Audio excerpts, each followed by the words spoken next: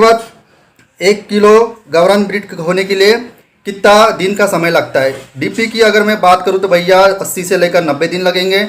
वही अगर मैं डीपी क्रॉस की अगर बात करूँ तो आपको लगेंगे 70 से 72 दिन। और वही गावरान में और एक ब्रीड है, वो ज़्यादा प्रचलन में है, डबल एफ जी क्रॉयलर करके, तो वो तकरीबन 38 मतलब 38 दिन से लेकर 42 दिनों में आपका 1 किलो बन जाएगी आपको। और दूसरी बात ब्रॉयलर का तो आपको पता ही है कि 35 से लेकर 40 दिनों में वो 2 किलो बन जाती है। उसके बाद भैया